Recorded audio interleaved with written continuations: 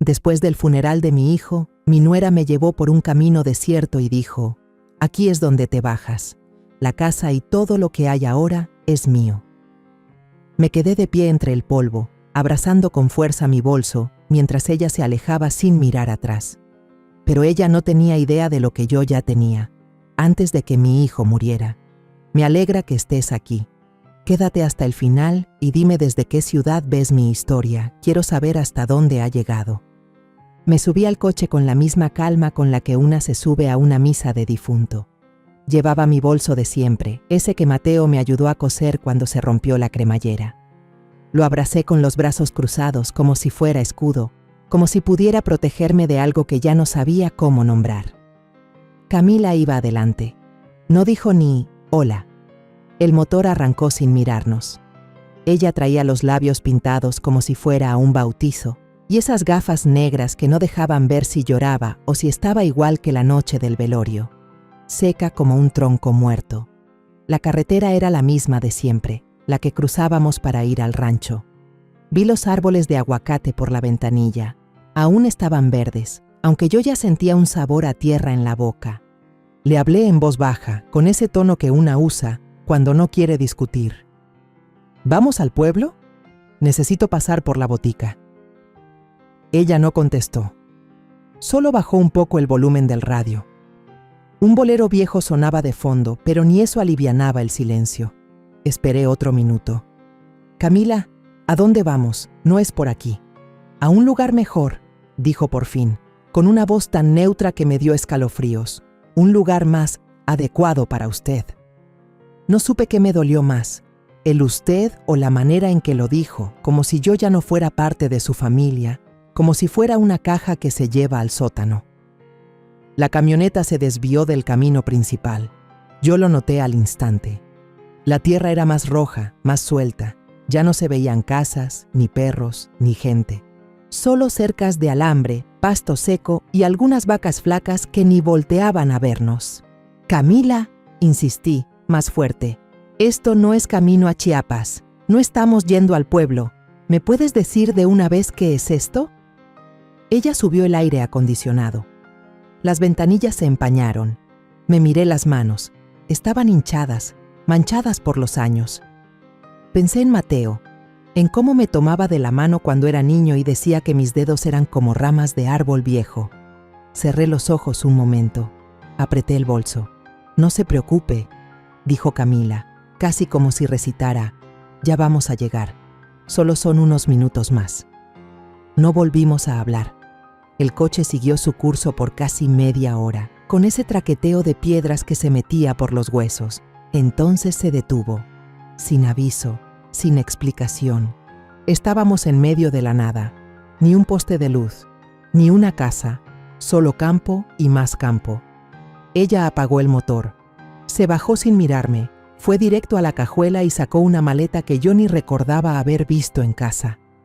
La puso junto a la puerta del copiloto. Luego abrió mi puerta. Aquí es, señora, aquí puede bajarse. Me giré despacio, tratando de entender. ¿Aquí qué? No hay nada. ¿De qué hablas? Este es un lugar tranquilo, tiene sombra en las mañanas y el camino está cerca. Hay una gasolinera a 5 kilómetros. Ahí puede tomar una combi si quiere regresar al pueblo, pero yo no puedo llevarla más lejos. ¿Pero por qué? ¿Qué hice? La voz me salió más frágil de lo que quería. Me dolió en el pecho como cuando Mateo se fue por primera vez a estudiar. No es personal, es lo que dejó Mateo. Todo está en regla, respondió sin siquiera levantar la cara. La casa y el terreno son míos ahora. Usted está de más. ¿Mateo dejó eso por escrito? Pregunté, sintiendo cómo se me bajaba la presión. Camila se encogió de hombros. Él confió en mí. Usted lo está complicando todo. Solo es cuestión de dejar ir. Dejar ir.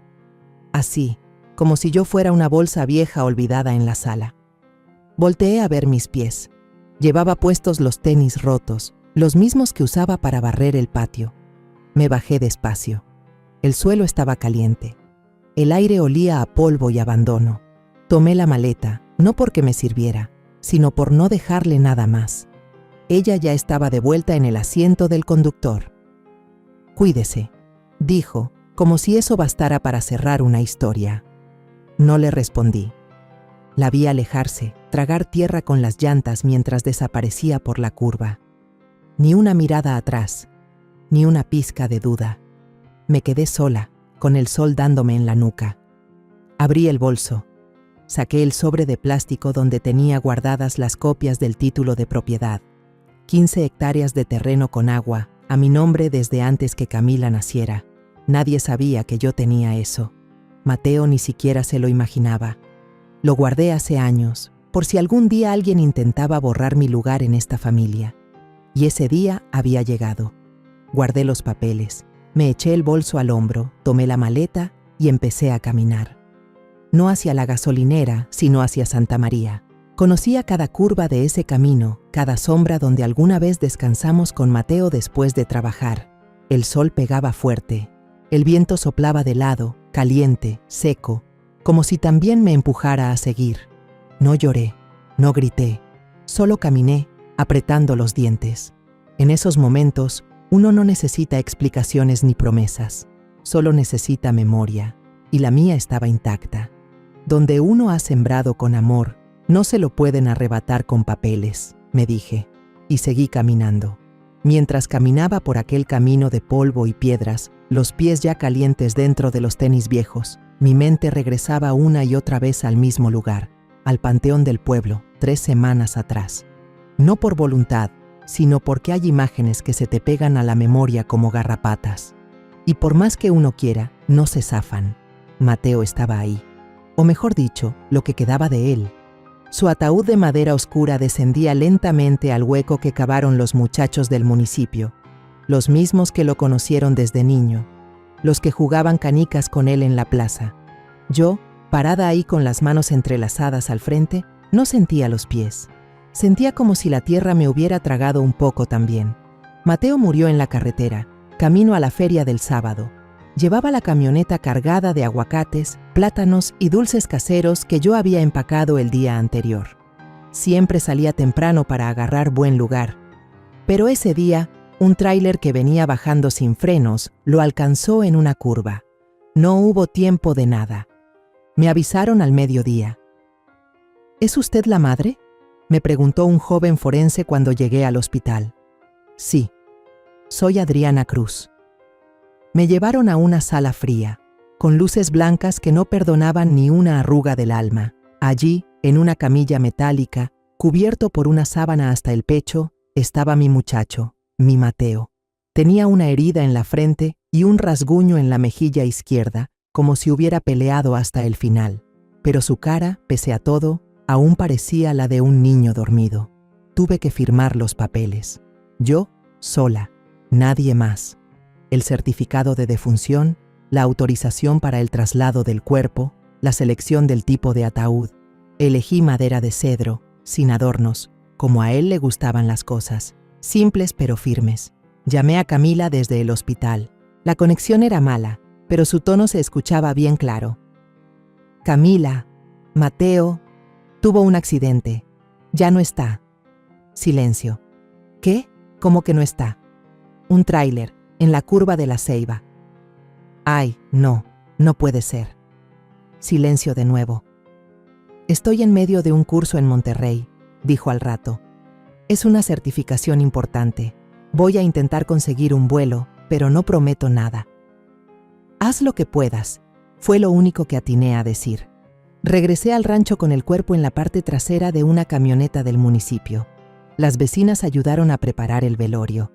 Margarita, mi amiga de toda la vida, trajo flores del patio de su hija. ¿Y tu nuera?, me preguntó mientras ponía un florero. No ha llegado, le respondí, sin dar más detalles. Pues debería estar aquí. Tú no deberías andar cargando esto sola. No supe qué decirle. Tenía la garganta cerrada desde que firmé ese maldito papel.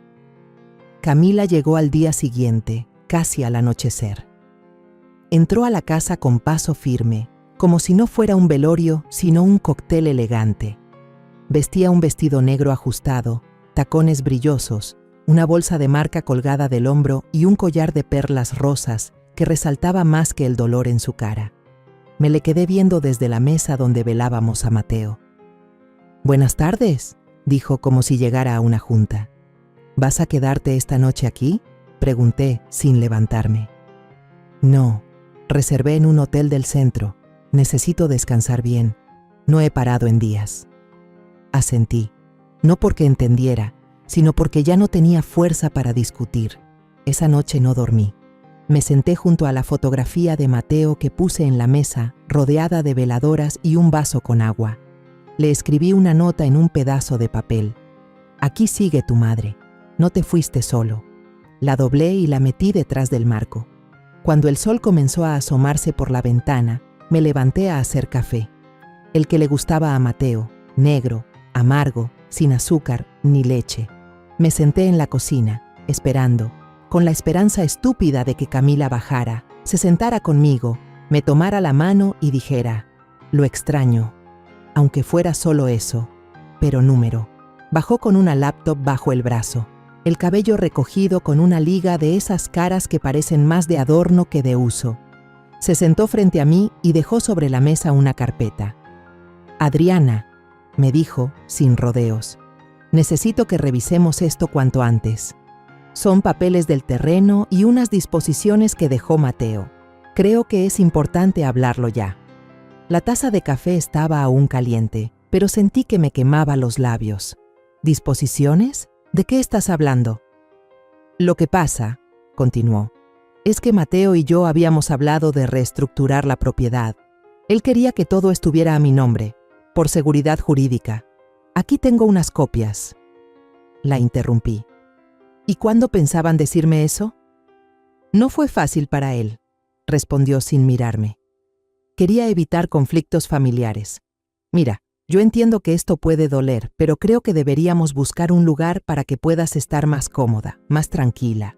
Ahí fue donde lo entendí todo. Ya no era la madre del difunto, era un estorbo. Esa noche no pegué un ojo. Me acosté en la cama de Mateo, abrazada a su almohada. El cuarto olía todavía a su loción. El aire entraba por la ventana con silbido. Me quedé mirando el techo, con los ojos secos. Una frase no dejaba de dar vueltas en mi cabeza. «Te entregaste por entero». ¿Y para qué? No obtuve respuesta. Solo el viento me contestó. De vuelta al presente, el sol seguía picando como si quisiera quemarme los huesos. Las piedras del camino se metían en mis zapatos como si me quisieran frenar, pero yo no me detuve. Una mano agarraba la maleta, la misma que Camila me preparó con cariño, y la otra sostenía mi bolso de siempre, el que ya se había deformado de tanto cargar papeles, pastillas y silencios. Cada paso me dolía más, pero seguía, porque si me detenía, entonces sí me caía. Y caerse en medio de la nada no es como caerse en tu cocina o en la calle del pueblo, donde alguien grita o corre por ayuda. Aquí, si te caes, te quedas tirada hasta que los opilotes te encuentren. Me detuve junto a una cerca de alambre oxidado. En el fondo, al otro lado de la loma, se alcanzaban a ver los árboles de aguacate, los mismos que Mateo plantó cuando tenía 15. Esa fue la primera vez que lo vi ensuciarse las manos por voluntad propia. Hasta me reclamó que no confiaba en él con la manguera, porque una vez había inundado medio surco. Y míralo ahora. Esos árboles seguían ahí, pero él ya no. Tragué saliva, la garganta seca, la lengua pegada al paladar. Me incliné un poco, como para darle descanso a la espalda, y dije casi en susurro: «Aquí sigo, hijo. Aunque el mundo parezca que ya no quiere viejos, aquí sigo». Seguí caminando. El viento levantaba polvo y me lo metía en los ojos, pero ni así lloraba. Ya no. Creo que uno llega a un punto en que el cuerpo se le gasta también por dentro. No es que no sienta, es que ya no hay de dónde sacar más lágrimas. Después de un rato, vi un letrero de madera que decía: «Santa María, 2 kilómetros». Apenas si se leía entre las manchas de óxido y moho. Me acomodé el rebozo en los hombros, jalé la maleta con fuerza, aunque una rueda ya se había roto desde hacía un buen rato, y apreté el paso. Entré al pueblo como quien regresa a una casa donde ya no vive, pero donde alguna vez fue feliz. Cada casa, cada esquina me traía un recuerdo. La plaza, la tortillería, la iglesia. Todo seguía igual y a la vez todo era distinto. Vi la tiendita de don Lucho. De inmediato supe que tenía que parar ahí. Necesitaba agua y un poco de humanidad. Empujé la puerta de madera y el viejo timbre sonó. ¡Tlin! ¡Tlin! Don Lucho, con su mandil sucio y las gafas colgando del cuello, alzó la vista y se quedó quieto. «Adriana, por la Virgen, ¿qué haces caminando bajo este solazo y con esa maleta?» Sonreí, cansada. «Hace mucho que no pasaba. ¿Tendrás una botella de agua fría y, si no es mucha molestia, un lugar donde sentarme un rato?» «Claro que sí», dijo, mientras se apresuraba a sacar una silla de plástico azul que tenía detrás del mostrador. «Siéntate, siéntate. No me gusta verte así, toda sudada y pálida». Me alcanzó una botella de agua y un trapo húmedo. Me limpié la cara despacito, mientras él me miraba como si quisiera preguntar algo, pero se aguantaba por respeto. «¿Estás bien?», me dijo al fin, bajito. «Necesito hacer una llamada, Lucho. ¿Puedo usar tu teléfono?» «Sí, claro. ¿A quién necesitas llamar?» «A Marisol Herrera. ¿Te acuerdas de ella? La abogada, amiga de Mateo». «Ah, la muchacha de lentes. Sí, cómo no. Anda, ahí está el teléfono en la pared. Marca el 0 para salir». Me levanté despacio.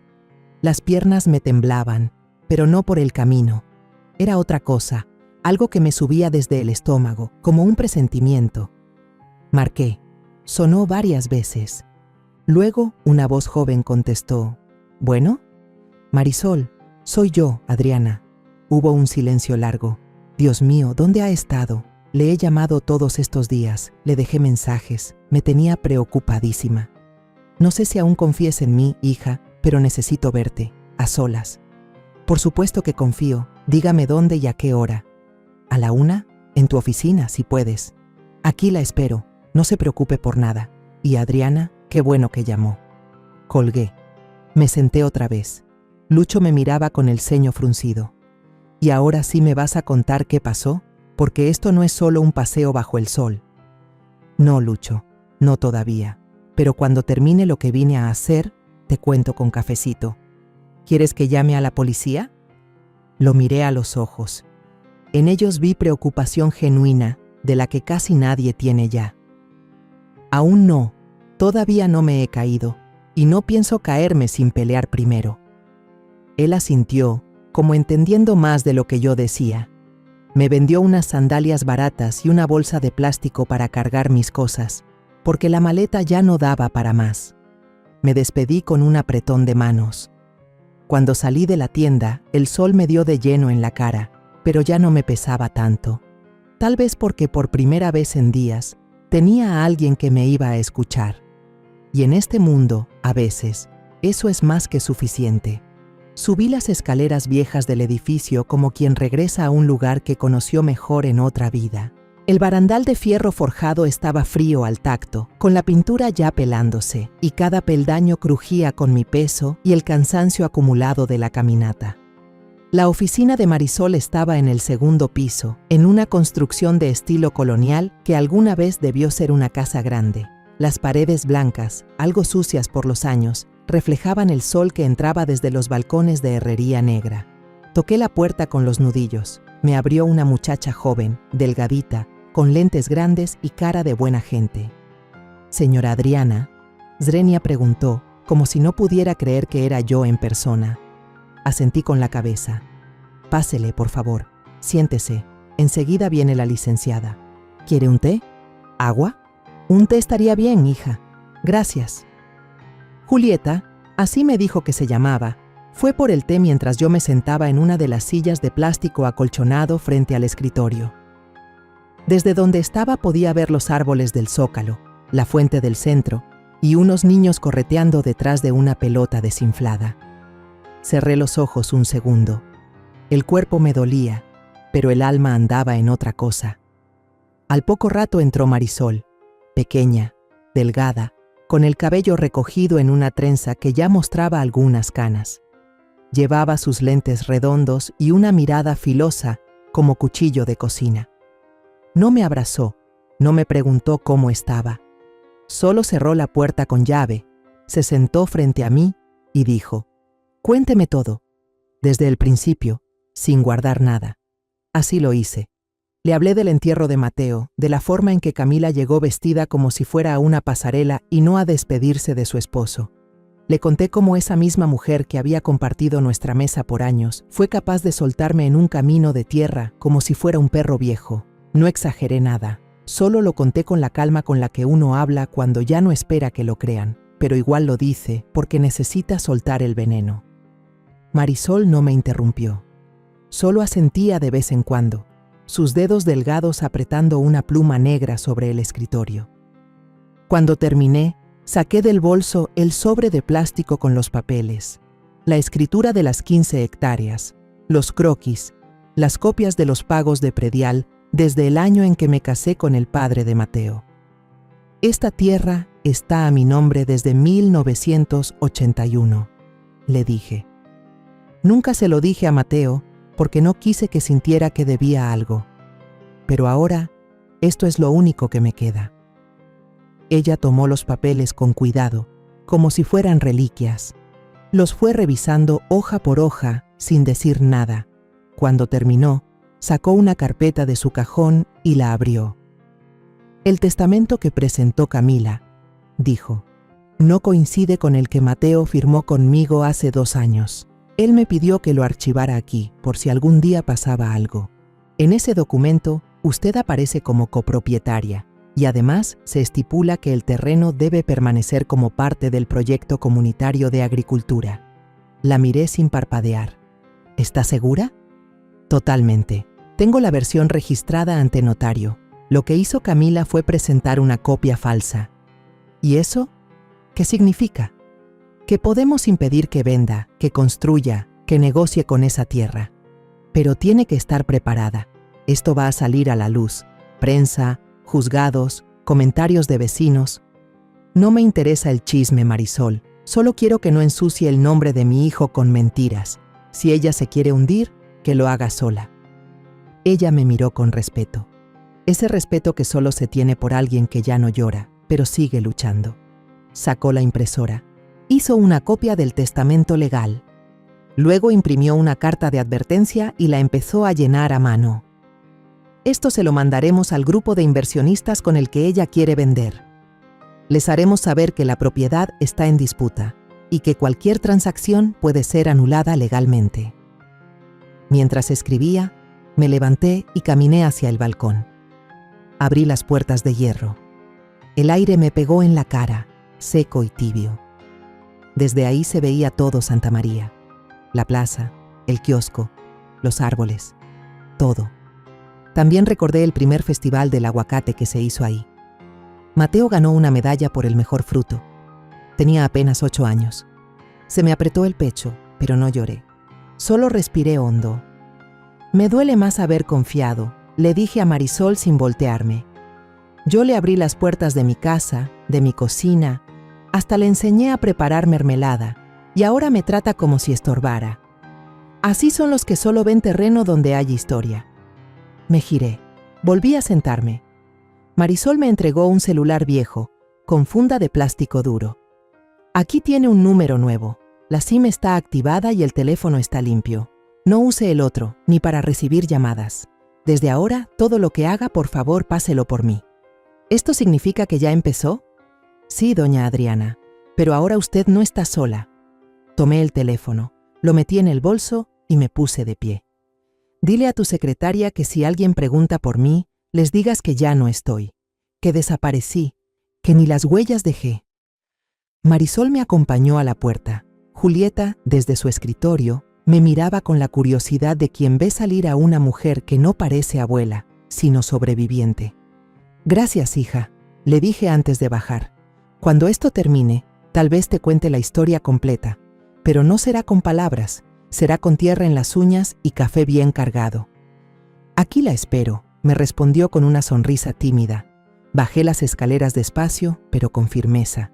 El aire me revolvía el rebozo, y por primera vez en días sentí que la tierra debajo de mis pies me reconocía otra vez. Lo que llevaba en el bolso no eran solo papeles, era prueba, era historia. Era el recuerdo vivo de que yo también había sembrado ahí, y no pensaba dejar que me sacaran de raíz. Cuando salí de la oficina de Marisol, el calor ya se había asentado como plomo sobre el pueblo. El cielo tenía ese color sucio de las 3 de la tarde y el aire no se movía. Volví a la tiendita de don Lucho, donde había dejado la maleta, y lo encontré barriendo la entrada con su escoba vieja de varas. ¿Entonces?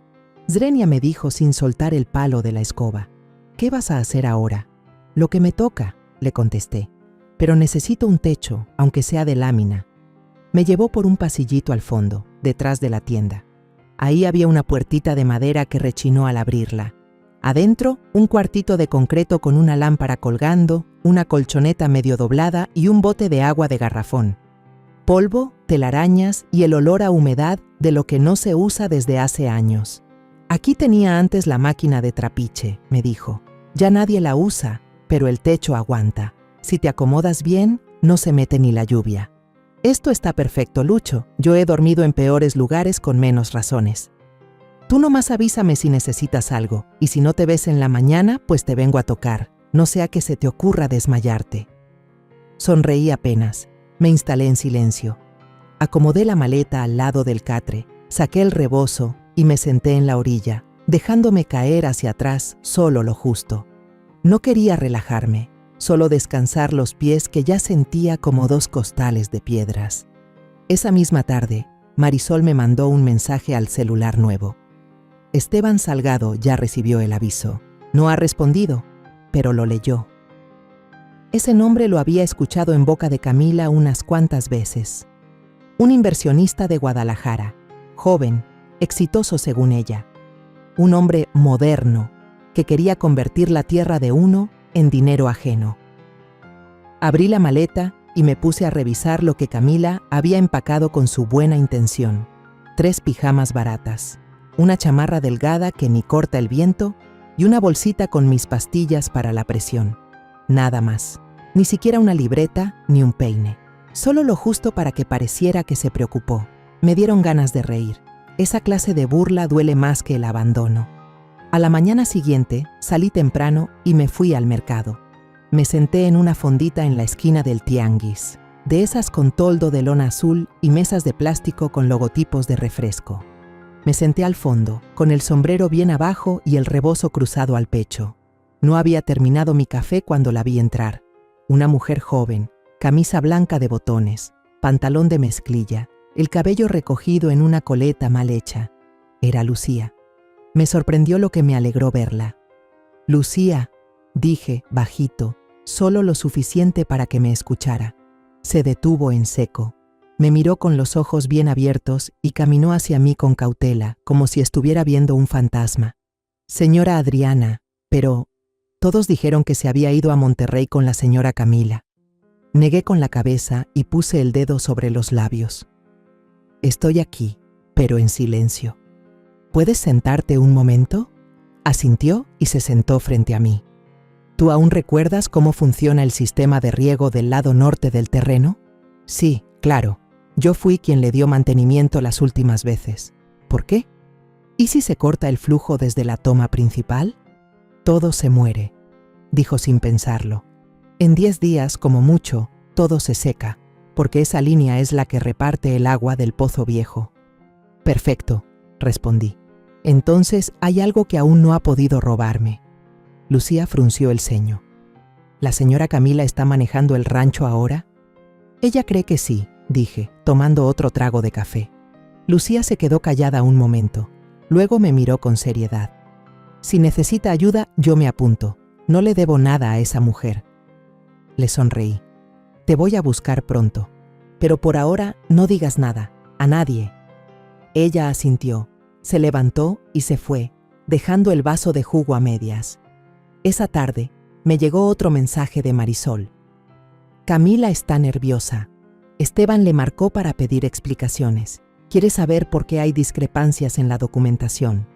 Le respondí, déjalo que la presione. Tú no aclares nada, que se revuelva en su propia mentira. Ya por la noche volví al cuarto detrás de la tienda. Me lavé la cara con agua del garrafón y abrí el baúl de herramientas viejas que don Lucho me dejó usar. En una esquina encontré una cuerda, una linterna y un gancho de pared. Colgué en la pared del fondo la vieja camisa de trabajo de Mateo, la color café con manchas de resina, la que usó la última vez que fue al mercado. Yo misma la lavé ese día y la colgué al sol, sin saber que nunca volvería a usarla. No era altar, no era homenaje, era un recordatorio. Ese pedazo de tela me decía que yo no estaba peleando por tierra, ni por nombre. Estaba peleando porque no podía dejar que todo lo que fuimos se convirtiera en una mentira bien presentada.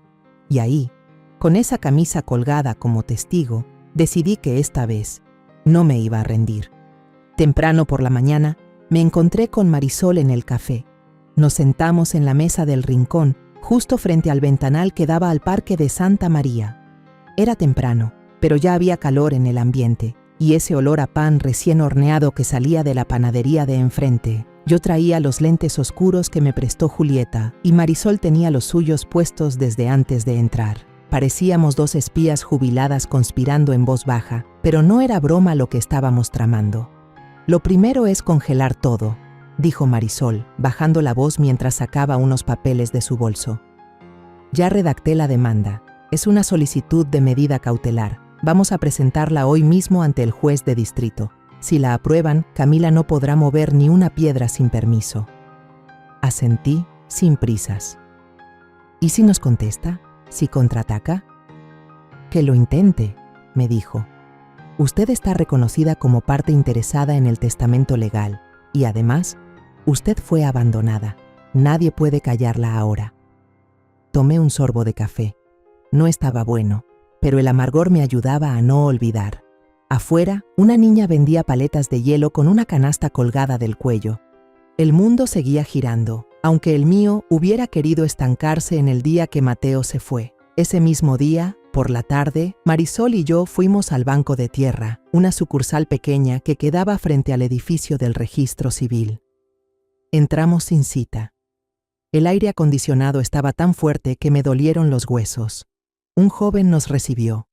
Diego. Se llamaba, según su gafete. Tendría 20 y tantos, pelo bien peinado y una camisa que le quedaba grande. ¿En qué puedo ayudarles? Marisol habló primero. Venimos a verificar el estado jurídico de los terrenos que aparecen como garantía de crédito a nombre del señor Mateo Rojas Cruz. El muchacho tecleó unos minutos, frunció el ceño. ¿Y usted es? Su madre, respondí yo, firme. Adriana Cruz. Diego se quedó en silencio un momento. Luego bajó la voz. Disculpe, señora, es que según la última actualización, usted ya no residía en la propiedad. Eso fue lo que informó la señora Camila Herrera. ¿Tiene alguna carta de autorización para representarlo? Sin decir palabra, saqué del bolso el sobre con el sello del registro agrario. Le entregué la copia certificada de la escritura donde figuraba como copropietaria. Diego la leyó en silencio. Sus cejas se movieron apenas. Entiendo, dijo por fin. Gracias por traer esto. Haré la actualización de inmediato. No hizo falta más. Salimos del banco en silencio. El cielo ya empezaba a llenarse de nubes oscuras, esas que huelen a tormenta desde lejos. En la esquina, mientras esperábamos el paso, Marisol revisó su celular y me mostró un mensaje en la pantalla. Esteban Salgado ha cancelado el trato. No continuará la negociación por riesgos legales. Sonreí sin decir nada. Por dentro, una parte de mí sintió alivio. No era victoria, era apenas un respiro. Y justo entonces llegó el mensaje que no esperaba. El primero de Camila desde que me dejó a un lado del camino como si fuera costal de limones podridos. Mamá, no sabía que podía manejar el sistema de riego. Estoy acorralada. ¿Podemos hablar? Leí el mensaje varias veces. Ni un lo siento, ni una pizca de humildad. Solo miedo. Miedo disfrazado de reconciliación. Le pasé el celular a Marisol para que lo viera. Ella ni se inmutó. ¿Va a contestarle? Todavía no, dije. Que sienta lo que es quedarse esperando. Le escribí solo a Marisol. Por ahora guardo silencio, pero hay que prepararnos para lo que sigue. Ella respondió. ¿Qué tiene en mente? Miré hacia los cerros que rodeaban el pueblo.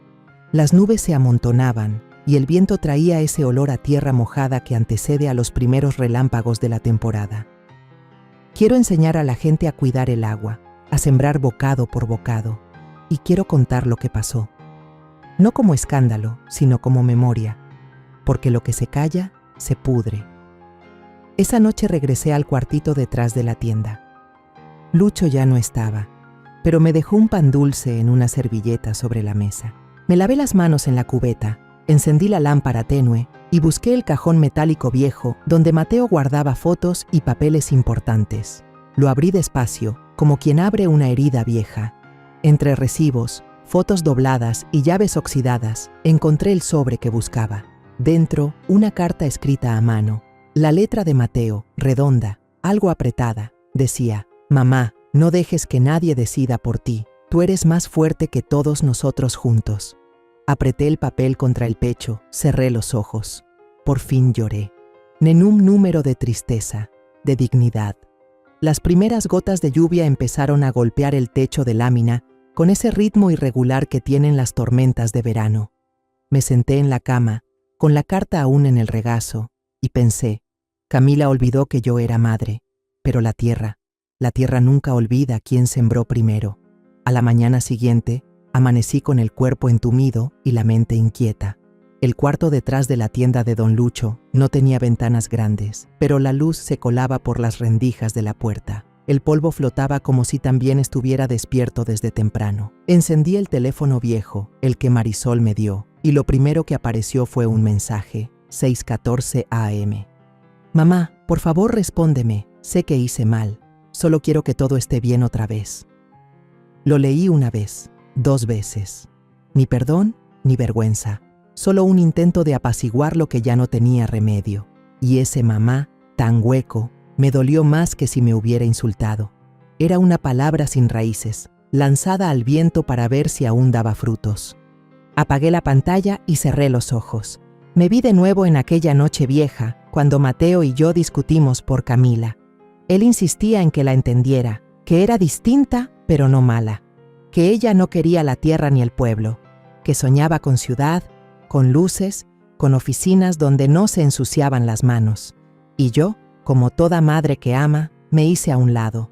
Me dije que no todos tienen que amar la misma tierra, con tal de que se cuiden entre ellos. Qué ciega fui. Abrí el cajón del baúl metálico donde guardaba los recuerdos importantes. Entre las cosas de Mateo, encontré el sobre amarillo donde él, hace 2 años, me entregó una copia del testamento que redactó conmigo, pero que nunca se lo dijo a Camila. Era un documento simple, escrito a mano, con firmas auténticas y con una cláusula muy clara.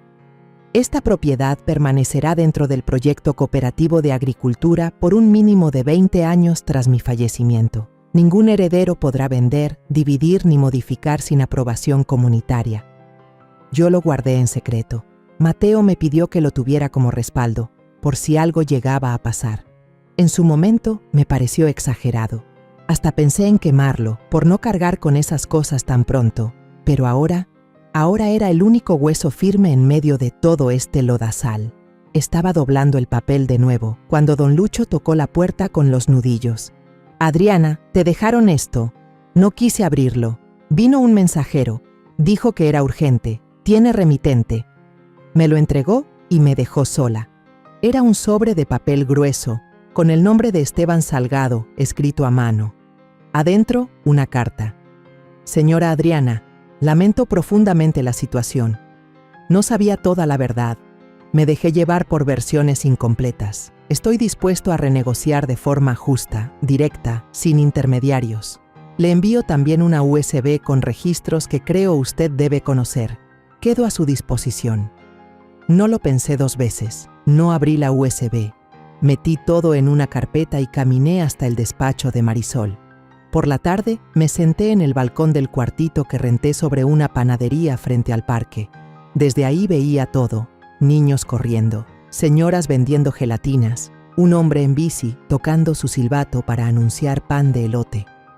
Nadie se imaginaba que la señora que los miraba con los codos sobre la barandilla había sido, años atrás, la dueña de uno de los ranchos más grandes de toda Santa María. Marisol me llamó. Su voz venía cortada por la prisa. Adriana, escucha bien. Revisamos el contenido de la USB. Hay una grabación, una conversación entre Camila y Esteban. Ella le dice, textualmente, que si tú desapareces, todo el terreno pasa a su control sin oposición. Me quedé en silencio. ¿Y qué más? Lo planeaban, falsificaron documentos, tenían intenciones claras. Esto puede ser clave legal, pero ¿quieres proceder? Respiré hondo. Haz lo que tengas que hacer, Marisol, pero primero déjame escribirle algo. Tomé el teléfono y por primera vez desde hacía semanas le respondí a Camila.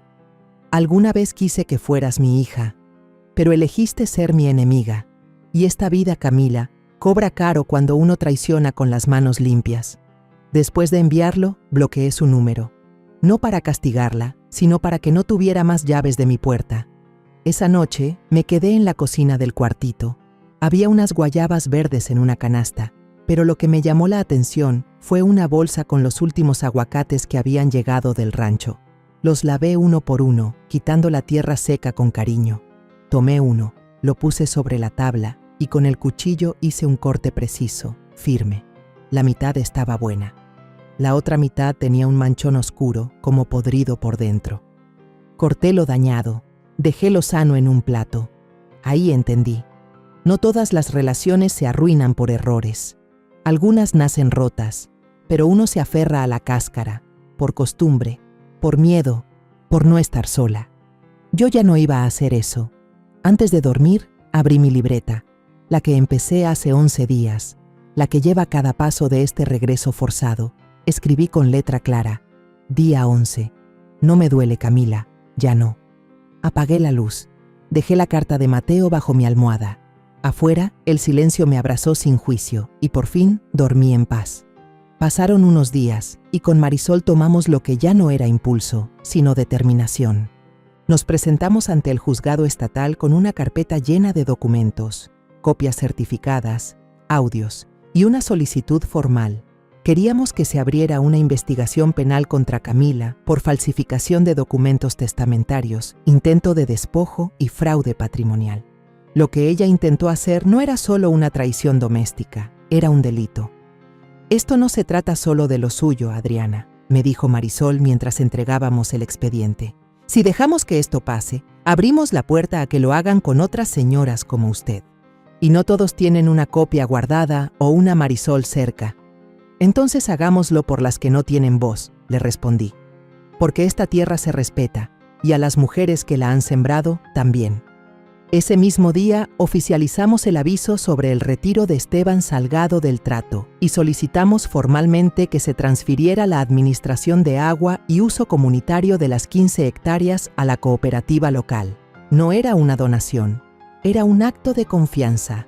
Llamé a don Nicanor, viejo conocido y actual presidente de la cooperativa Raíces Verdes, esa misma con la que Mateo había trabajado antes de morir. Lo encontré en su casa tomando café con pan de piloncillo. Doña Adriana, me dijo apenas me vio. No pensé verla de nuevo por aquí. Mire nomás, sigue con ese mismo rebozo.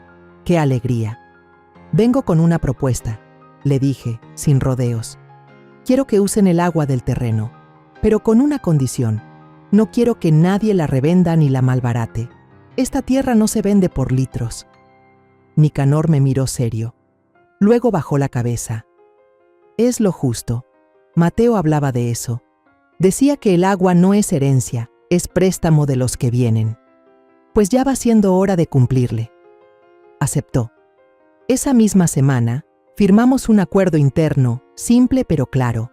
El agua pasaría a control técnico de la cooperativa y quedaría excluida de cualquier transacción privada. Y entonces, sin buscarlo, empezó a correr la voz. La gente del pueblo, de a poco, fue sabiendo que la señora Adriana no se había ido a Monterrey, que estaba ahí, viva, más firme que antes. No hubo llamadas ni visitas, pero cada mañana aparecía algo en la entrada de mi cuarto. Un pan envuelto en servilleta, un frasco de mermelada casera, una nota escrita a mano. Gracias por no soltar. Usted aún es nuestra. Mateo estaría orgulloso. No lloré, pero los guardé todos en una caja de cartón bajo mi cama. Hay silencios que pesan más que los gritos, y ese era uno que me abrazaba. Una noche me invitaron a una reunión de la cooperativa, no como dueña, no como víctima, como asesora. Así lo dijeron. Queremos que venga como alguien que sabe cuidar la tierra. El salón comunal estaba lleno. Hombres, mujeres, jóvenes.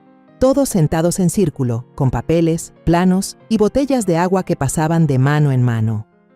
Al final de la junta, alguien propuso algo. ¿Y si al nuevo sistema de riego le ponemos Mateo? Dijo una muchacha. Digo, fue idea de él empezar esto, ¿no? Me quedé callada. Marisol, que estaba a mi lado, me tocó el brazo. Yo solo asentí con la cabeza. No podía hablar. Tenía la garganta apretada.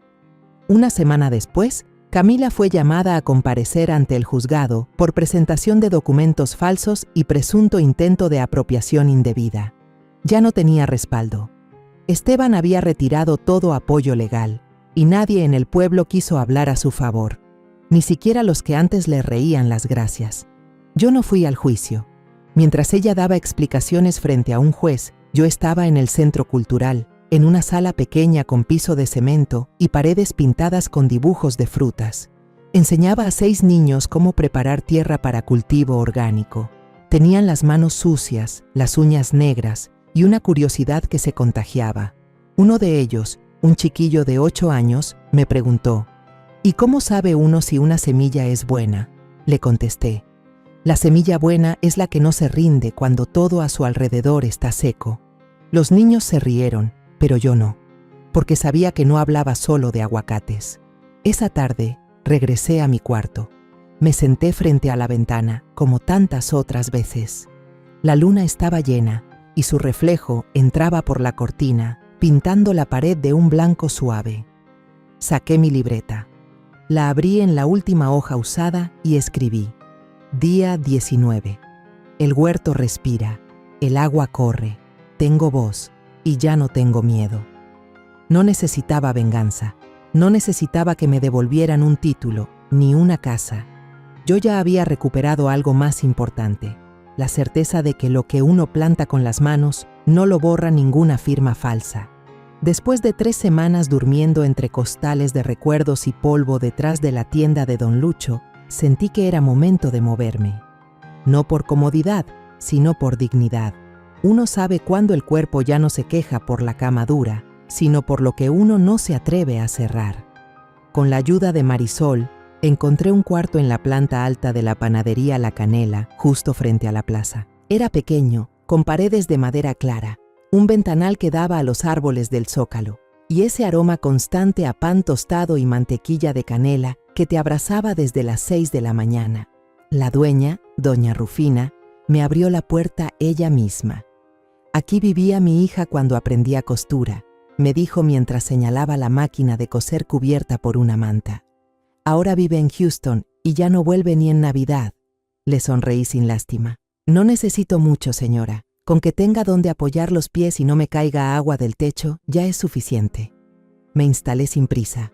Acomodé un par de chales en la silla junto a la cama, coloqué la foto de Mateo en una repisa y junto a la ventana puse 3 macetas.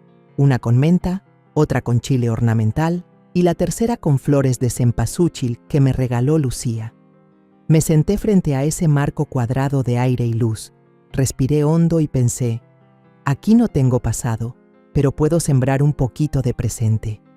Las mañanas en Santa María empezaban temprano. Yo bajaba al mercado con una bolsa de manta al hombro, caminando sin esconderme. Los que me reconocían me saludaban con un leve movimiento de cabeza, como diciendo, sabemos lo que hiciste y lo respetamos. Nadie me preguntaba por Camila. Nadie mencionaba juicios ni papeles. Algunos me regalaban un ramito de cilantro o me daban una papa extra, sin decir palabra.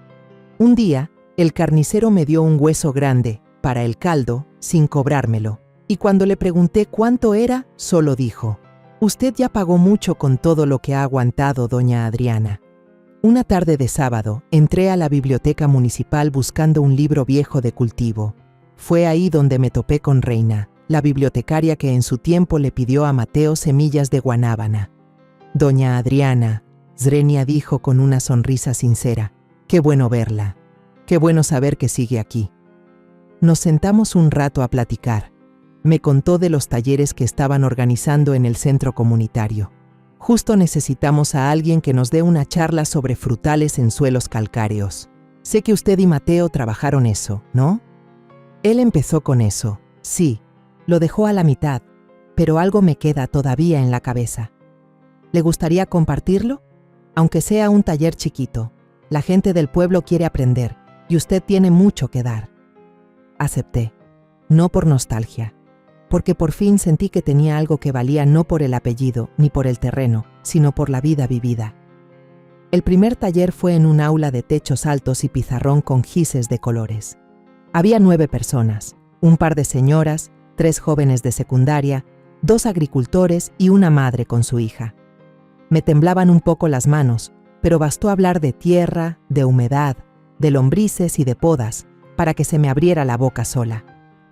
En medio de la sesión, un muchacho de unos 15 años, con las uñas manchadas de tinta y la gorra chueca, levantó la mano. ¿Y usted no tiene miedo de que le vuelvan a quitar lo suyo? Pensé un momento. Lo miré a los ojos. Ya no, porque ahora ni siquiera se atreven a tocarme la puerta. Todos se rieron, y yo también, pero dentro no era risa, era alivio. Empecé a escribir un cuaderno, no un manual, ni un libro de consejos, un registro, un relato de lo que sé, lo que vi, lo que aprendí. Escribí sobre el año en que la sequía duró 5 meses, sobre el invierno donde las plagas arrasaron media cosecha, pero también escribí sobre la primera vez que Mateo me abrazó con los brazos llenos de barro y me dijo, «Mamá, hoy sí sembramos bien». Un mediodía tocaron la puerta del cuarto. Abrí y era Julieta, la asistente de Marisol. Traía una bolsa de papel en la mano. «Buenas tardes, doña Adriana. Marisol me pidió que se lo trajera. Dice que es importante». Me senté frente a la ventana. Abrí el sobre. Era la resolución oficial del juzgado. Camila quedaba inhabilitada para hacer transacciones financieras por 5 años. Además, debía devolver lo obtenido por el uso fraudulento del testamento. Julieta me miraba en silencio. ¿Está contenta? Tardé en responder. Doblé los papeles con cuidado y los guardé en mi carpeta. No, hija, no me alegra. Me da tristeza. Hay personas que escogen el atajo sin saber que lo que acortan no es el camino, es la vida entera. Ella bajó la mirada y luego se despidió. Me quedé sola, apoyada en el marco de la ventana. Abajo, un grupo de estudiantes regaba las plantas del parque con baldes y botellas. Uno de ellos tropezó, se mojó todo, y los otros se rieron con esa inocencia que uno cree perdida y que de repente regresa con fuerza.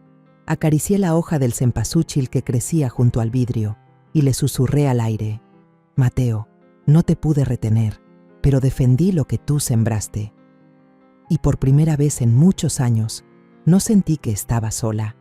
Empecé a escribir mi historia en un cuaderno grueso, de pasta suave, con hojas que absorbían la tinta, como si también quisieran guardar memoria. Lo compré en la papelería de la esquina, donde todavía venden a lápiz y a granel, como en los tiempos de antes. Lo elegí sin pensar mucho, solo asegurándome que la portada fuera lisa, sin dibujos ni frases motivadoras. Quería que las palabras hablaran solas. No escribí para publicar, ni para vengarme, tampoco para recibir lástima. Lo escribí como quien se sienta a platicar con alguien que también conoce el silencio de sentirse empujado fuera de su propia vida, como si hablara con una amiga que, sin saberlo, también un día la dejaron al borde de la carretera con una maleta mal cerrada y una historia no acabada. Fui escribiendo por partes. Empecé con la mañana en que Camila me hizo bajar del coche en ese camino polvoriento. Luego conté cuando me senté, con las manos temblorosas, en la banquita frente a la tienda de Don Lucho. Seguí con el día que entré, con el corazón apretado, a la oficina de Marisol y salí de ahí con la frente en alto. También puse la tarde en que por primera vez me llamaron asesora en la cooperativa y no la madre de Mateo. Cada párrafo estaba lleno de detalles, no de lamentos, no de tragedias exageradas, solo de los hechos tal cual ocurrieron. Porque entendí, ya sin rabia, que a veces la fuerza no se grita, a veces solo se sostiene con las manos arrugadas y la voz clara. Dediqué un capítulo entero a una frase que escribí despacio, con letra grande, casi como si la tejiera con aguja. Lo que cuidé no fue la tierra, fue mi derecho a existir sin pedir permiso. Ese cuaderno no lleva título, solo una fecha al principio.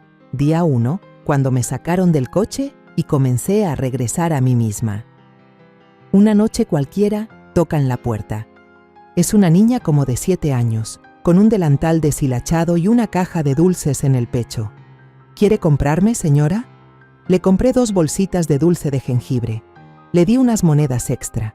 Antes de irse me miró seria, como solo los niños pueden mirar cuando no entienden la tristeza pero la intuyen. ¿Vive sola, verdad? Sí, mija, vivo sola, pero no estoy triste. Ella sonrió. Yo también. Cerré la puerta y abrí una de las bolsitas. El dulce picaba un poco, pero calentaba la garganta. Una semana después, llevé mi cuaderno a la biblioteca. Le pedí a Reina que lo pusiera en la sección de escritos comunitarios. ¿Está segura que quiere dejarlo aquí? Sí, que lo lea quien lo necesite. Tal vez no sirva para todos, pero si una sola mujer lo lee y no se siente tan sola, entonces ya cumplió su tarea. Las siguientes semanas siguieron igual.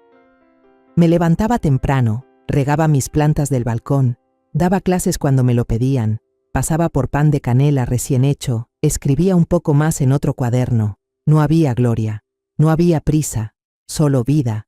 La gente del pueblo ya no me miraba con lástima. Me miraban como se mira a un árbol viejo que sigue dando sombra, con respeto callado. Algunos niños comenzaron a llamarme la señora del aguacate. No me molestaba, de hecho me gustaba. Un mediodía, Lucía me visitó. Llevaba un bolso con hortalizas y 2 sobres. «Doña Adriana, traje esto del invernadero, y también esto», me dijo, entregándome los sobres. Uno era una invitación a dar una charla en la capital sobre organización agrícola y derechos de mujeres rurales. El otro, una carta escrita a mano, sin remitente. La leí. Era de Camila. No espero perdón. Solo quería decirle que ahora entiendo cosas que antes no. Ojalá algún día pueda verme sin rabia. Cuídese. La doblé, no para guardarla con cariño, solo para que no estorbara sobre la mesa. Lucía se sentó conmigo un rato.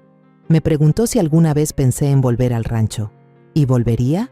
No, le dije, sin dudar, porque el lugar que me arrojó ya no me duele, pero tampoco me llama. Después de que se fue, me quedé un rato viendo la plaza desde el balcón. El viento movía las cortinas y las flores del cempasúchil parecían saludar a la tarde. Ahí, sentada en silencio, entendí algo que no había podido poner en palabras, algo que quizá escribiré en otro cuaderno. No gané, no perdí, solo aprendí a quedarme conmigo misma sin miedo. Y eso, para muchas, ya es un milagro. Contamos esta historia basada en hechos reales. Los nombres y lugares han sido cambiados para proteger la identidad de la persona involucrada. Es la historia de una madre que sacrificó toda su vida por sus hijos y nietos, y al final fue despreciada, utilizada y abandonada. Pero cuando ya no le quedaba nada que perder, se levantó. Y esta vez vivió para ella misma. No la contamos para juzgar, sino para que quien escuche se detenga a pensar: ¿cuántas madres están sufriendo en silencio dentro de su propio hogar? Ahora, tengo curiosidad por ti, que estás escuchando mi historia. ¿Qué harías si estuvieras en mi lugar? ¿Te ha tocado vivir algo parecido? Déjamelo en los comentarios. Mientras tanto, te dejo en la pantalla final otras 2 historias que son favoritas del canal y que sin duda te van a sorprender. Gracias por quedarte hasta aquí.